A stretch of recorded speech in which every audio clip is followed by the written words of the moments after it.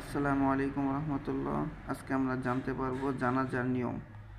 জানাজার নামাজ ফরজে কিফায়া। জানাজার নামাজে 3টি ফরজ। 1 নম্বরে নিয়ত করা, 2 নম্বরে 4 তাকবীর বলা, 5 নম্বরে দাঁড়ায় জানাজার নামাজ আদায় করা। এবং জানাজার নামাজের সুন্নত 4টি।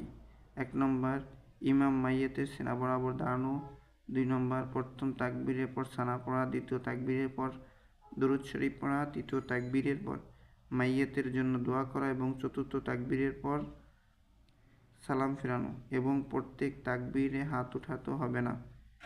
3বারের প্রথম তাকবীরে হাত উঠাতে হবে এবং শেষের 3 তাকবীরে হাত উঠাতে হবে না।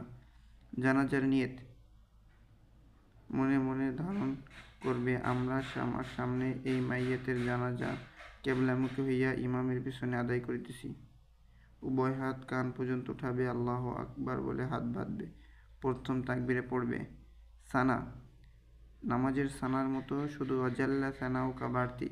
সেটা হচ্ছে সুবহানাকাল্লাহুম্মা ওয়া বিহামদিকা ওয়া তাবারাকা ইসমুকা ওয়া তাআলা জাদ্দুকা ওয়া জাল্লা সানাউকা ওয়া লা ইলাহা গায়রুক। আমরা দ্বিতীয় পর্বে দুরূদ শরীফ এবং দোয়াটি জানতে পারবো।